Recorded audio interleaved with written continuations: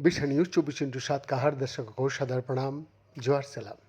दर्शक, यूरोपीय संघ के साथ हुए मुक्त व्यापार समझौतों की झलक आम बजट में स्पष्ट रूप से दिखाई दे रही है।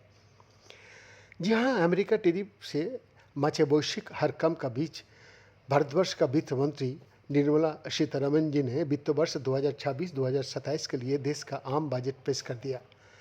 वित्त मंत्री ने बजट में अपना पूरा जोर एमएसएमई सेक्टर को दिया है, जिससे यूरोपीय बाजार में उसका लाभ मिल सके।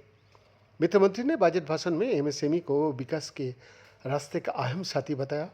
उन्होंने ये भी कहा, हम चाहते हैं कि चैंपियन की तरह हम उन्हें बढ़ाएं।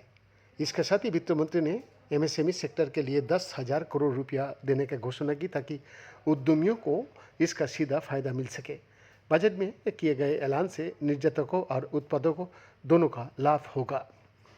देश की आर्थिक रीढ़ माने जाने वाली एमएसएमई क्षेत्र के लिए बजट में बड़ा ऐलान किया गया है।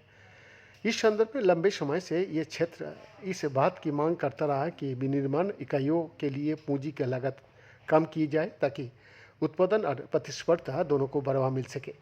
बजट में जिस तरह से 10,000 करोड़ का पैकेज का ऐलान किया गया है, उससे छोटे और मझले उद्यमों को रास्ते वित्तीय सहायता मिलेगी।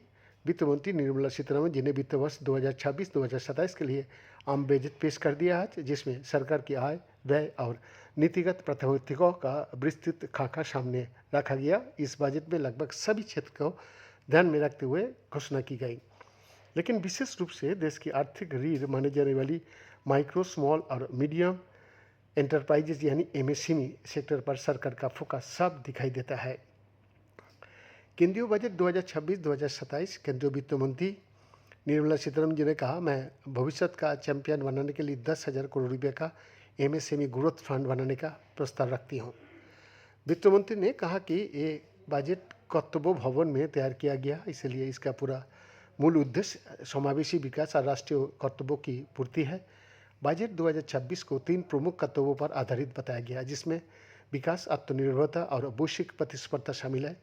सरकार ने एमएसएमई सेक्टर को रोजगार सृजन, नवाचार और निर्यात वृद्धि का प्रमुख आधार मानते हुए कई बड़े कदम उठाया है। दर्शक, मौजूदा समय में दुनिया भर के देशों में बढ़ते तनाव और टैरिफ वार को देखते हुए घरेलू उद्योग और मैन्युफैक्चरिंग सेक्टर को मजबूत करना सरकार की प्राथमिकता बन गया था। बजट भाषण में वित्त मंत्री ने स्पष्ट किया कि भारत के वैश्विक मैन्युफैक्चरिंग और सप्लाई चेन हब के रूप में विकसित करने के लिए व्यापक सुधार किया जाएगा। बैंक एक्सक्लूसिव रिपोर्ट, विश्व न्यूज 24/7।